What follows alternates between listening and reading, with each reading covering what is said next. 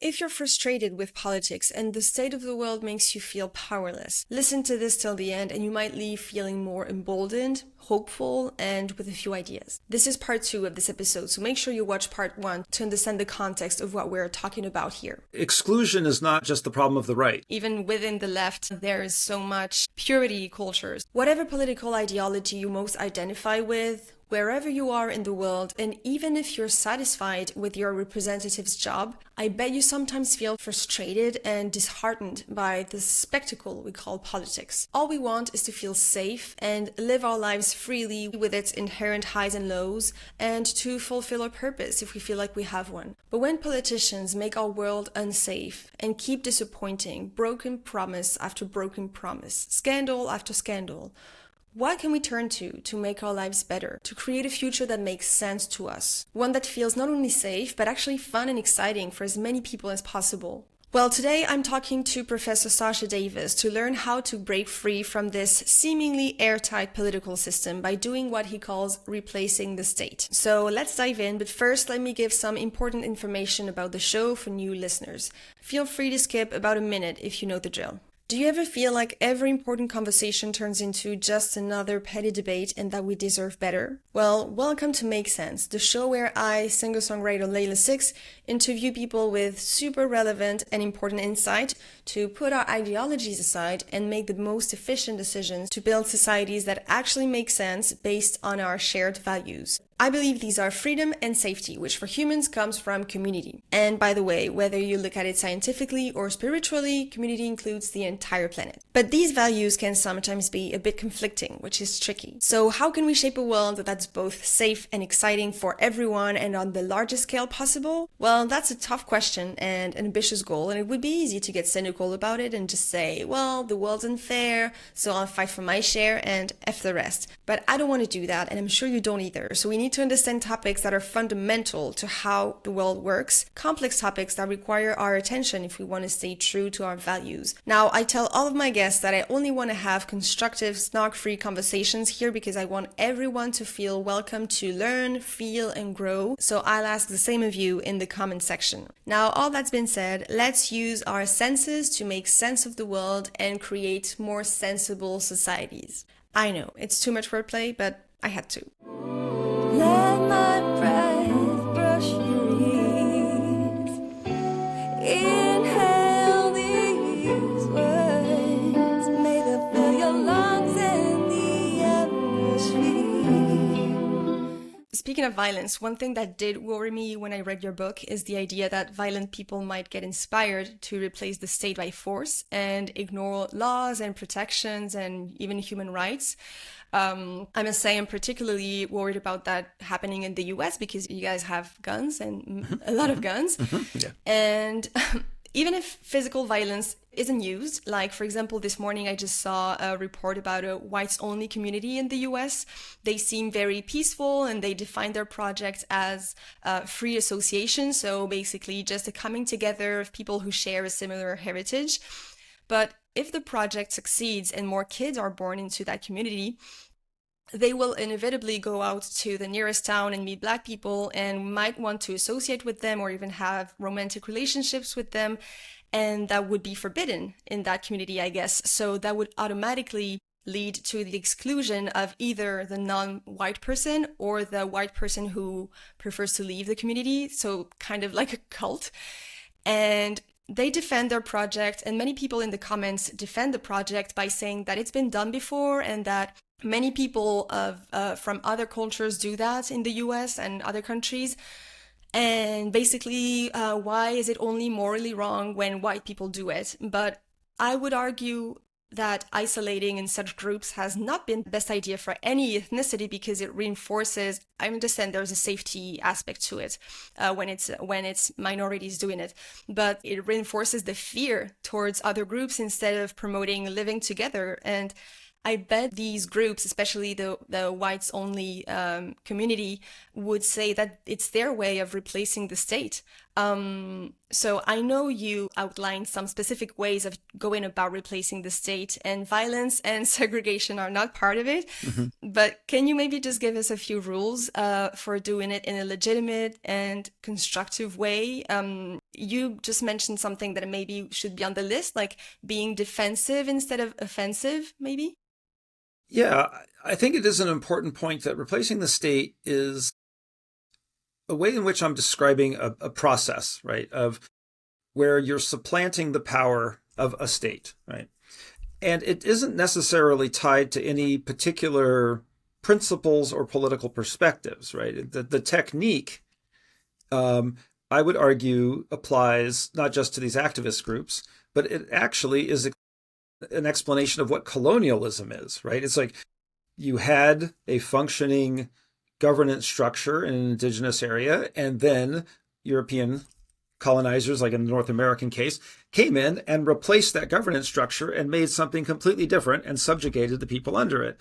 So that would be a really horrible example of kind of replacing the state, right? Or in this example of like the whites only community or other groups that want to go further with discrimination than the state is going, says, well, we don't want to listen to the current state. We want to supplant that governance and put into place a style of governance that has these very, repressive and racist principles, right, behind our governance. So it's important to note. They won't say it like that, though. They wouldn't say racist, but they would say, they might say segregationist. They might say, protecting our culture, things like that. But I think what's important is to note that anybody with these different principles of governance can say, we're supplanting state power and we're going to put in this new package of governance. And some of that could be really, what we would find really distasteful, but also when it's not going to get a tremendous amount of support, right? Because first of all, you just, by saying, like, for instance, in the white only community, it's like, that's only going to that could only potentially even catch on with a fairly small group of people that fit their criteria of purity, right?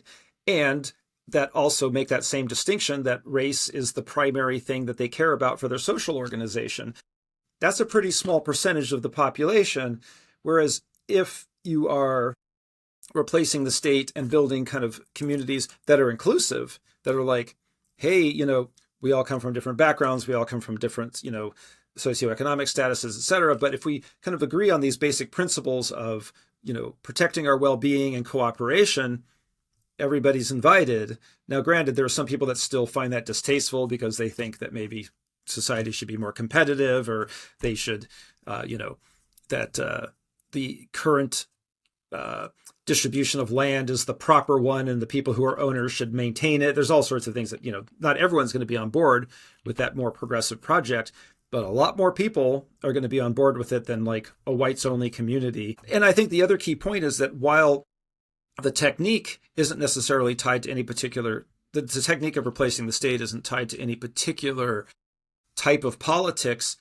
If we are going to make a more egalitarian vision of politics possible, we have to embrace this tactic. Because I think if we stick with wait for the next election or just waving signs in the streets, asking for change, we're never going to get a more egalitarian society. I don't think that's the path. I think that if you do hold the kind of, the principles of egalitarianism and well-being and sustainability, you have to dig into the toolkit a little more in terms of political tactics to achieve that.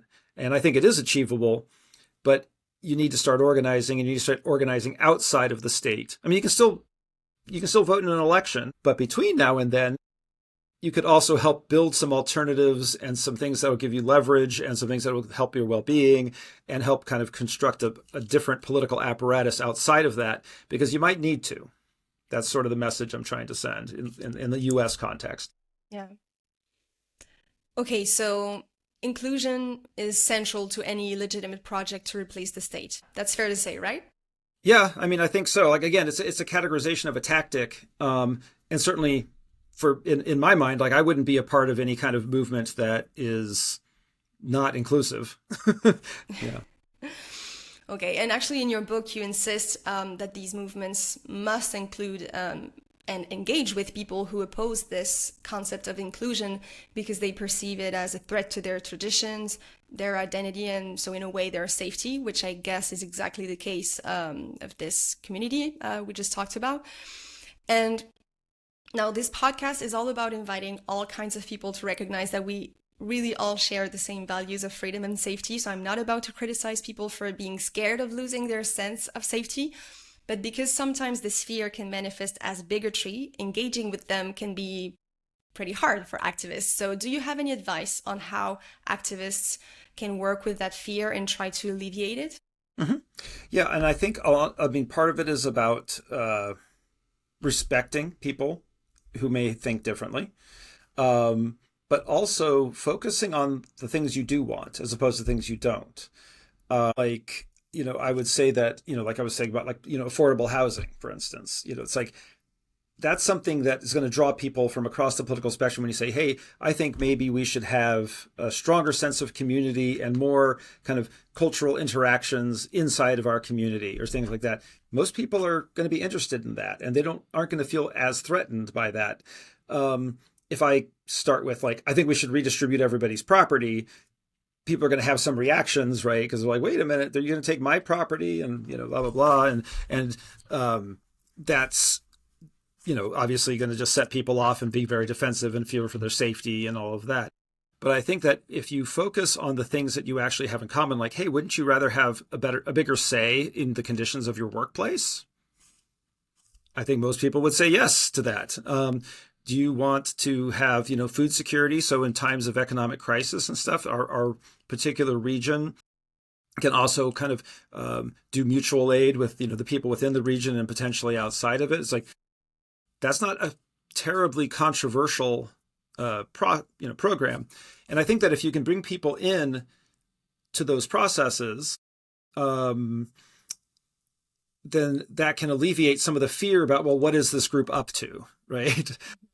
Because I think that's one of the things is that sometimes people on the right side of the political spectrum will see, left organizations and think, well, okay, it's only for people who are like them, that have these particular identities. They're not welcoming of people like me. And I think you just have to kind of show in actual social processes and interactions that that's not the case. And that can be difficult also, I think, because there are people on all sides of the political spectrum that have a lot of stereotypes of what other people are like. And so sometimes you have to, kind of get over those and actually kind of engage. But I think what I have found, not just in these protest spaces, but beyond, is when you sit down and have kind of honest face-to-face conversations, a lot of those, you find you have more commonalities than you might have thought. Now, if you're just, lobbing grenades back and forth online, in comment sections, just picking on each other, it gets worse, right?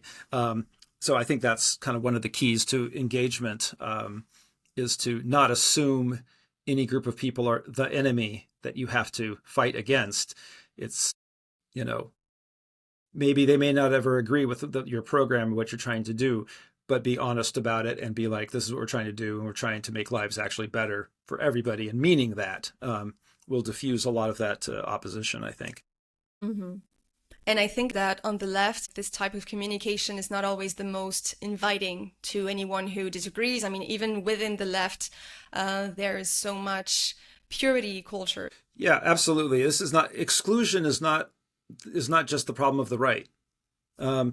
Exclusion and defensiveness and that fear is it's in play in a lot of different places. But I think that, again, the way you kind of overcome that is not by, accepting, horrible things, like not accepting horrible, like, oh, I guess the white only community is just going to be, you don't have to accept that, but you can sit there and say, okay, hey, well, what about if we had an inclusive community, that, why do we need racial purity to have feelings of safety, and kind of question that in a respectful way? And you may not ever change necessarily their minds, but I think that that's the right approach, is to just be like, well, we're going to be developing this thing here that is inclusive and create, and that is open to people from all walks of life and things, and focused on our well-being and safety. it's just going to be a much more popular and successful project than one that says, only a certain pure people, whether that's ideologically left or ideologically right, are allowed in. That's not going to go very far. Now, let that sink in with the snippet of a song I wrote, thinking about how some people turn their backs on protesters like they consider that property damage is worse than dignity damage. It's not the best illustration of this topic, and it is a very absurd song, but I do think it speaks to that reflex of excluding people based on their political views instead of looking at our shared goals and values. Song's called Bad Joke. Stay until the end of the episode to hear the rest of it, or find it on any music platform. You always said that you loved me, but today something has changed. 'Cause I scratched your car, and now it's like I'm dead to you. Who would have thought something so small could come between us? I would have never guessed it. I would have never guessed it. Who would have thought that I mattered less than a scrap of metal? I would have never guessed it. I would have thought it was a bad joke, but it's not. Now I wanted to talk about scales, because when I think about my frustration with the current political system, I think about things that are happening way beyond the borders of the country I live in, like unspeakable violence on other continents or the degradation of our global ecosystem. So when I think about making change, I tend to think about dismantling an entire system, which is obviously absolutely daunting. Mm-hmm. So is that a limitation to your approach, in the sense that this approach is very place specific, or is it applicable to broader scales? Like, in other words, should we only aim to make small changes to specific pieces of infrastructure or policy or things like that, in the hopes that if many people do the same, that will bring about system-wide change? Or can counter-occupation aim to tackle entire systems, like an irresponsible government or an inefficient and even harmful prison system, for example? What do you think? Yeah, is it too ambitious? Yeah, no, I mean, honestly, but it has to be thought. It has to be discussed, and it's a project that has to be done. I think that this project, or the organizations that are doing these kinds of things around replacing the state, if they stay just localized, particularly if they just are like, okay, we're going to get 10 acres of land up in the hills, right? Then that's not an effective political project, because it doesn't do anything about genocidal governments, and it doesn't do anything about capital accumulation, and it doesn't do anything about global environmental degradation, right? And so you have to scale up. I mean, at some point, it has to be a project that is supplanting state power, not just in small pockets, but in a larger way. And there's actually been a lot of very interesting debates in these circles about, okay, well, what does scaling up look like, right? In terms of how do you make this more global? And so to some people, it's the idea that you create these alternative spaces, they link up, and then eventually kind of supplant the government and sort of take over its role, in that they kind of aspire to sovereign power, right? That you then have a new state, right? Replace the state that is that just has better principles and better values, right? But there are some that question that say, well, maybe that's not what the aspiration should be. Maybe it should be more like a world of worlds, right? Where you have different areas that are kind of controlling their own affairs in kind of confederation and agreements with people in other locations. And that what you have that's a generalization is not of the governance structure at the large scale, but of the ethics. That, in other words, if you have small organizations or small governance structures all over, but they're following similar relational ethics, like, okay, we're going to work for sustainability, we are going to think about food security and equality and these sort of, kind of things, that if those are shared sets of ethics, then the governance structures don't have to congeal into these giant structures that cover continents. And there's some debates about which is the proper, form for that to occur. I tend towards the kind of world of worlds view as like a better end goal. I'm a little skeptical or hesitant about what happens at larger scale, at grander scales of governance in terms of its ability to effectively govern relationally in contexts. However, in this day and age, I mean, one would argue that we haven't really done that. It's in a day and age where we have such instant communication and the instant sort of ability to kind of collect data on whole global ecosystems and all this kind of stuff. So I don't necessarily have my mind made up there in terms of I think what's the more what's the better end goal there. But I think those are the discussions that are happening. But there's definitely this idea that these organizations have to link up. They have to become political power that has leverage over wider spaces, or you're never going to actually supplant the states that are out there that have armies, that are committing genocides, that have nuclear weapons, that are protecting the property of the oligarchs and the billionaires, right? It's like at some point this has to scale up or it's not really a truly effective project. Yeah. Yeah. Well, I hope this inspires our listeners. And I want to top that with another inspiring thing you say in the book. And it's the idea of reactivating, which you mentioned earlier without saying the word reactivating. But I think it's really important. So if you can maybe explain what it is and why it's such an important and an empowering concept. Yeah, reactivating, I use that because it's one of the words that folks that I'm was talking to in some of the interviews that, and conversations that occurred in these protest spaces, is that when you're talking about a new type of governance that's supplanting the traditional or the current, set of, states, the word reactivating is important because it's often, particularly in indigenous contexts, talking about putting back into power something which has already existed, right? It's not just dreaming up some new thing or thinking about it as being a utopian project where we'll build something brand new that the world has never seen. It's like, no, these places have been governed differently in better ways, and we have to reactivate that governance and bring it back up to the surface and give it power again.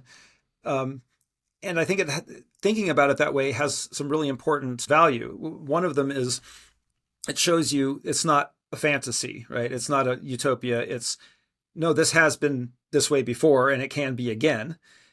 And the other thing is that it also respects the fact that pre-imperial states in places like North America and in the Pacific and in parts of Asia and in Latin America and Africa and lots of places, that the current state of government has covered over an existing one.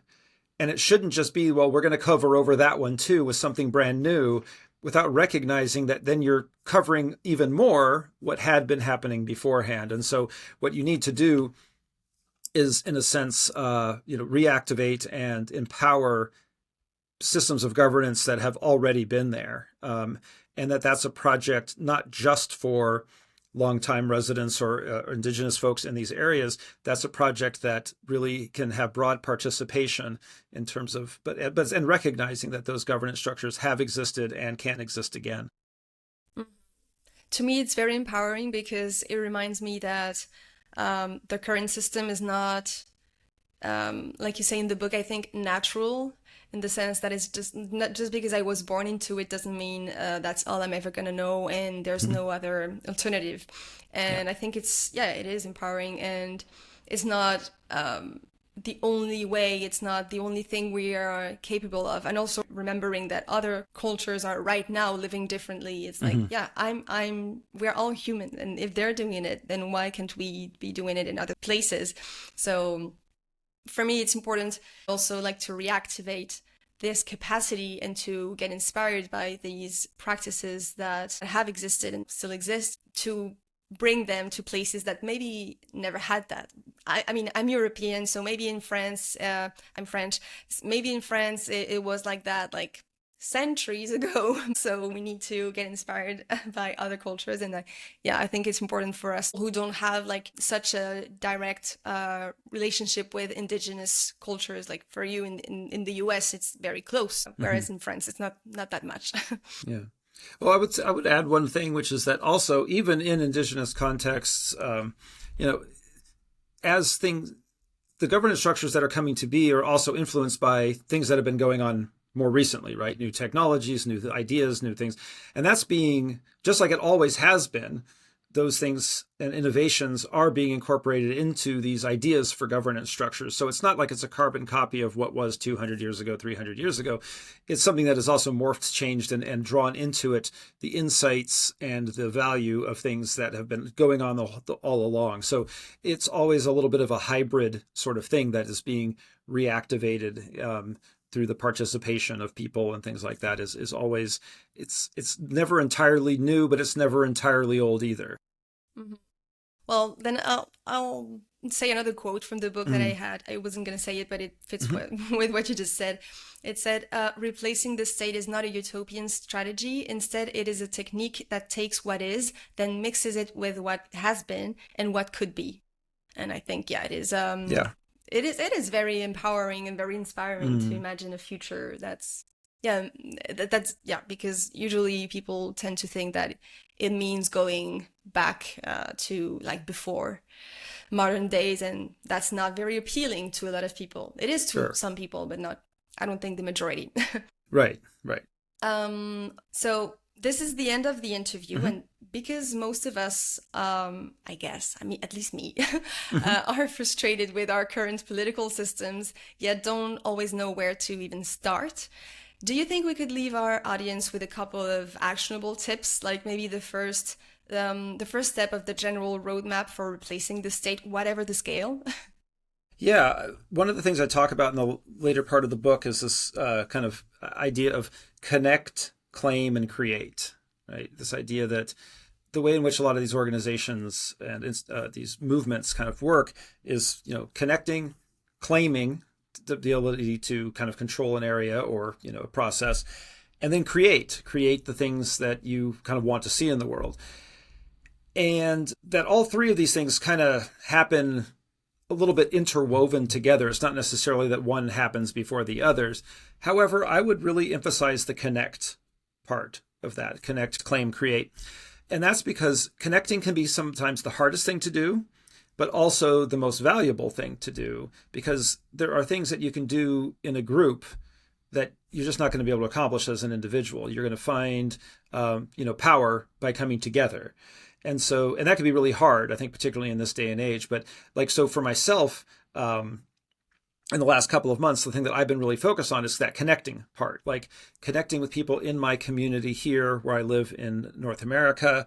And we are meeting and coming up with a group where we want to pursue these ideas that are kind of in the book too, around, replacing the state, and just how we can do that. And it's been really, like, in some ways, it's been difficult. It's hard to sometimes make those connections. But even in the span of like the last 2 to 3 weeks, I've met people who are like, oh, well, somebody's got, this farm that's, about, it's, maybe about 20 hectares or whatever, but they have room where we can start doing some projects, and we can have meetings at this place, and somebody else is like an expert on, creating like affinity groups for protests and things. And they want to do some education about how do you create affinity groups to engage in these sort of things. Other people are like, oh, I'm an educator. And you start seeing the skill sets that people have and start coming together. And, but what's most interesting is we're all on the same page, like here in this group in the United States. Like the current state of governance cannot stand, right? Like we can't just stand by and let this happen. And we don't necessarily know what is going to be most urgent and needed in the months ahead.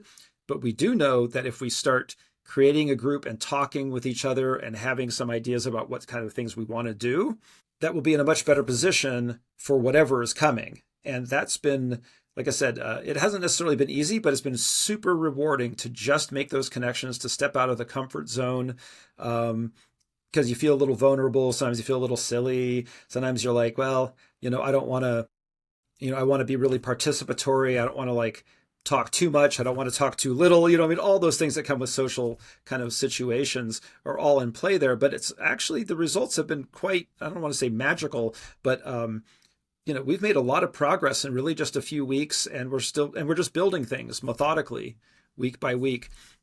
And I think that's a key thing that I would leave people with is try and step out and find those groups that are doing things that align with your values. And if you don't, try and make one. Get some friends together, start having some meetings, think about where you could potentially go, and see if you can find some resources and some opportunities, and be thinking about that idea that, yeah, we do have to build something else, and kind of the sooner the better, because the current situation is bad. And of course, a crisis could make it worse. I like that advice because it's also a way of making friends and getting out of the house. Yeah, we have potlucks, and people have kids and they bring kids, but it's also hard. Right. It's hard to get everyone together at the same, the right time and schedules and stuff. But we just keep it moving. True. And keep inviting people, and it seems like that formula so far has been fairly successful. So.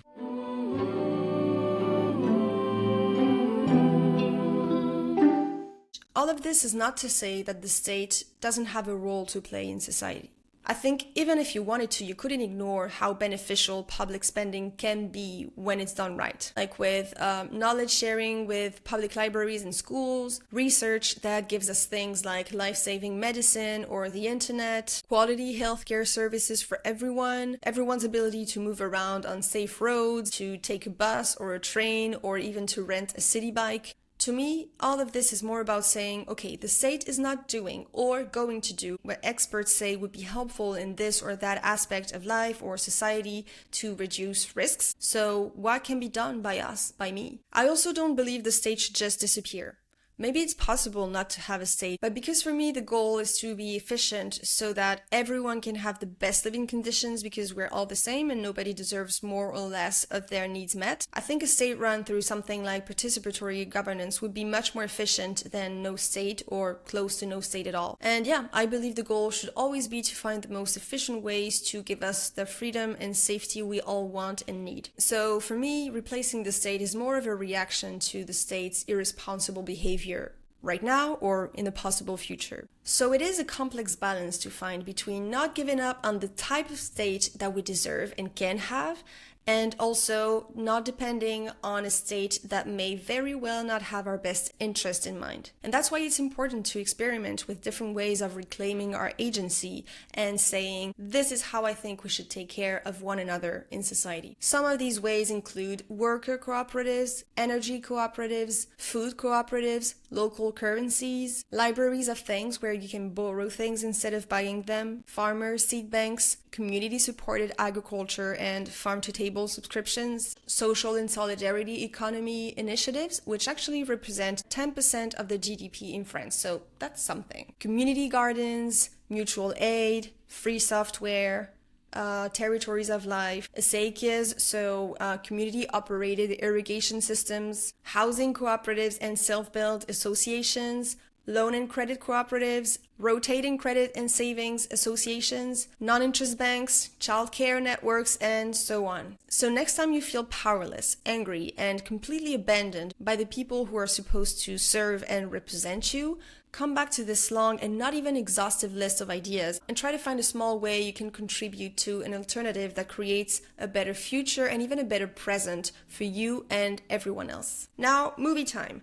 If you want to watch a movie about this topic, I recommend The East. It's not really about creating the world you want to see, but it is about doing something about the injustice you see in the world. I don't know if I advocate for this kind of action myself, but it's a good movie, and I'm a Zal Batmanglij and Brit Marling fan, so there you go.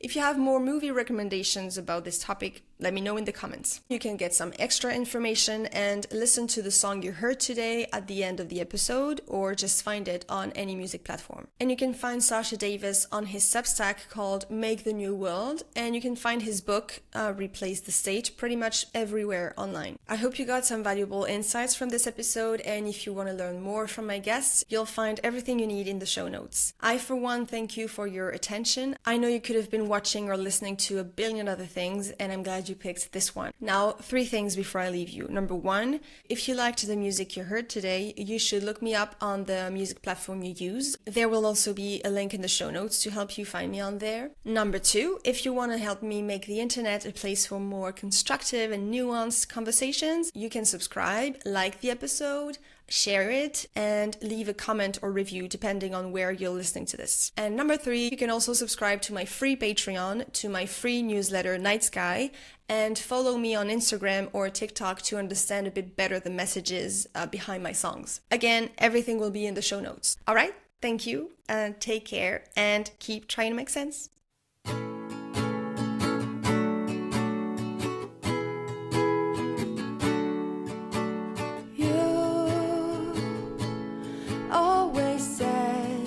You love me, but today something has changed. 'Cause I scratched your car, and now it's like I'm dead to you. Who would have thought something so small could come between us? I would have never guessed it. I would have never guessed it. Who would have thought that I mattered less than a scrap of metal? I would have never guessed it. I would have thought it was a bad joke, but it's not.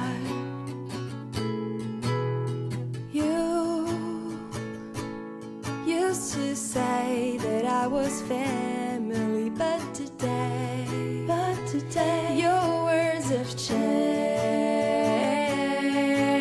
'Cause I scratched your car, and now I'm kind of alone. Who would have thought something so small could come between us? I would have never guessed it. I would have never guessed it. Who would have thought that I mattered less than a scrap of metal? I would have never guessed it. I would have thought it was a bad joke, but it's not.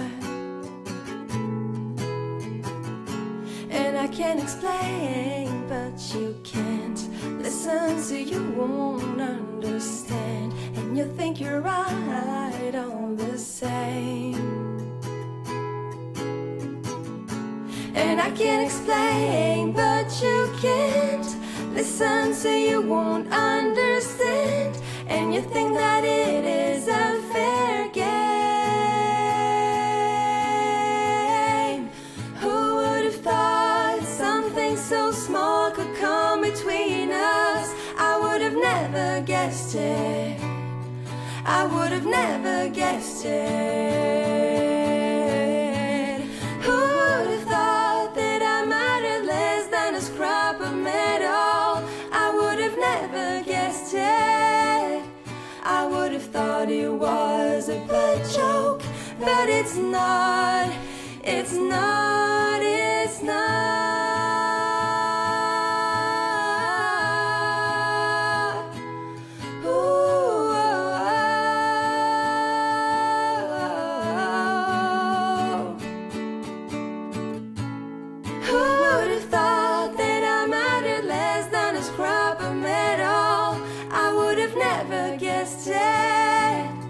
I would have thought it was a bad joke, but it's not.